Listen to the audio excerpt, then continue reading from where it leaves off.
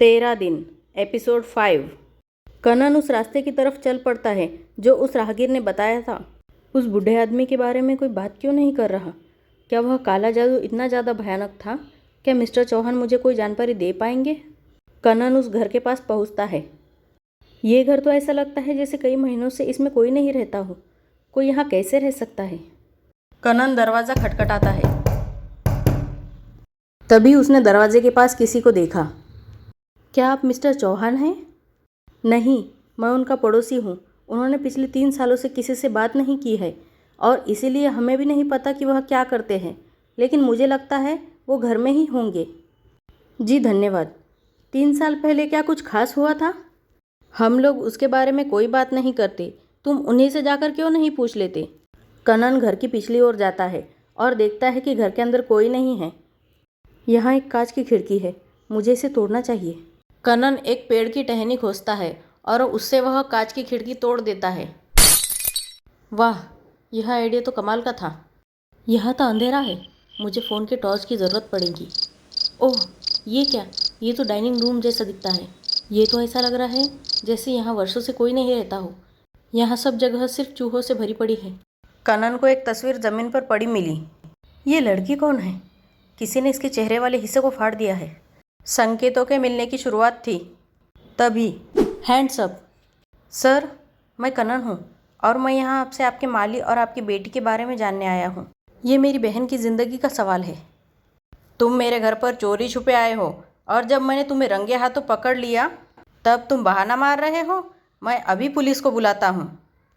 Sir, ये सिर्फ मेरी बहन का सवाल नहीं है। शायद मैं आपकी बेटी को भी बचा सकता हूँ। उस तस्वीर से उसका चेहरा हटा दिया गया था।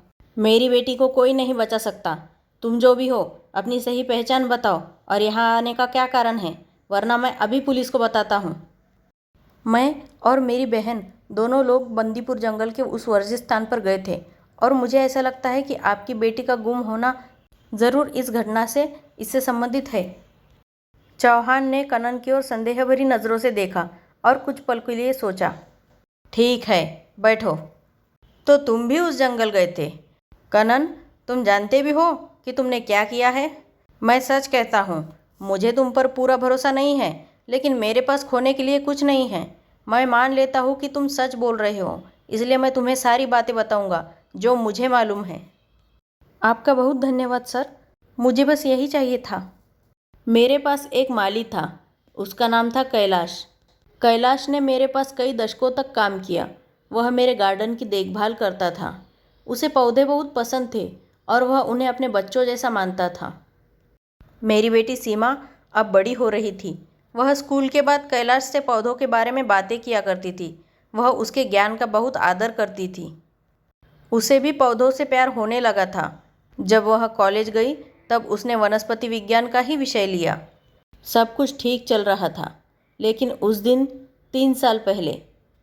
बोलते हुए चौहान अचानक से रुक गए, मानो कोई बुरी याद फिर से ताज़ा हो रही हो। क्या हुआ था 3 साल पहले? यह एक ऐसी याद है जिसे मैंने कभी किसी को नहीं बताया। उन दिनों के बारे में सोचता हूँ तो मैं भी काँप उठता हूँ। एक पिता होने के नाते मैं ये चाहता हूँ कि ऐसा किसी के साथ न हो। उस दिन सीमा को कैलाश ने बंदीपुर के जंगल में किसी खास पौधे के बारे में बताया था। जब चौहान उन बातों को याद कर रहा था तो उनकी आंखों में आंसू थे। उसने रात को सीमा को उस जंगल में जाने को बोला और बिना मुझे बताए वो दोनों चले गए। जब मैं जागा तब मैंने उसे बहुत ढूंढा, लेकिन वो कहीं नहीं मिली। उस दिन जंगल में क्या हुआ उसके बारे में मुझे कुछ नहीं पता, लेकिन ज़रूर कुछ भयानक ही हुआ होगा। अगली सुबह सीमा जब वापस आई तो उसके साथ अजीब हरकतें होने लगी। कुछ पलों के लिए तो वो ठीक रहती थी, लेकिन अचानक से वह अजीब व्यवहार करने लगती थी। कैलाश की भी हरकतें वैसी ही थी। कुछ पल के लिए ठीक रहता, लेकिन अचानक से अजीब हरकतें करने लगता। मुझे ये शक हुआ कि ये कोई काले जादू का असर है। कुछ लोगों ने मुझे पहले ही बताया था कि कैलाश कोई काला जादू करता है, लेकिन मैं उनके बातों को नहीं मानता था। मुझे इन सब बातों पर विश्वास नहीं हो रहा था। मैंने तुरंत कैलाश पर यह आरोप लगा दिया कि वह काला जादू करता है। ये सब मेरे लिए एक झटके जैसा था। हमने कैलाश पर कई सालों से भरोसा किया और उसने हमारे साथ ऐसा किया। मेरी बेटी की तबीयत हर रोज़ ख़राब हो रही थी। मैं उसे डॉक्टर के पास भी ले गया, लेकिन उसके बीमारी का कुछ पता नहीं चल सका।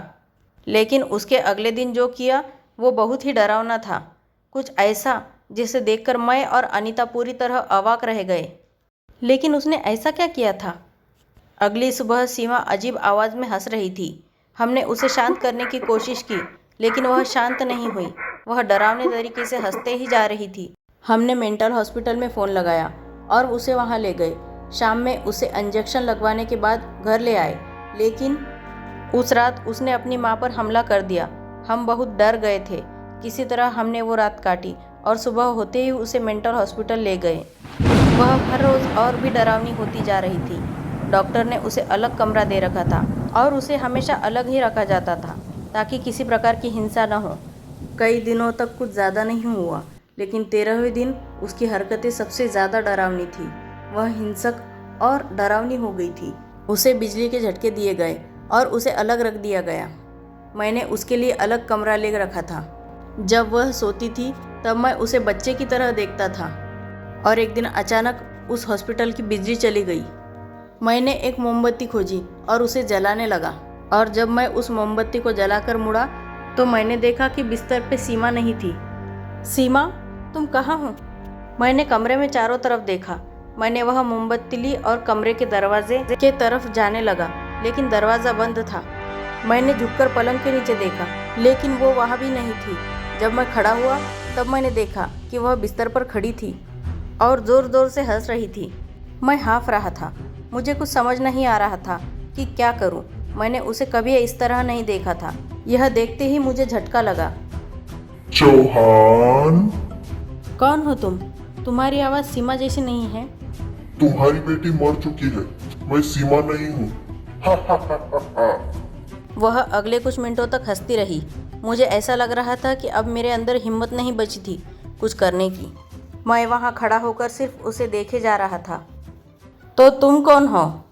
उसका चेहरा और डरावना होता जा रहा था। उसकी आवाज़ें और डरावनी हो रही थी। मैं बेचैन था। आखिर क्या हुआ सीमा के साथ? जानने के लिए देखते रहिए मेरा अगला एपिसोड।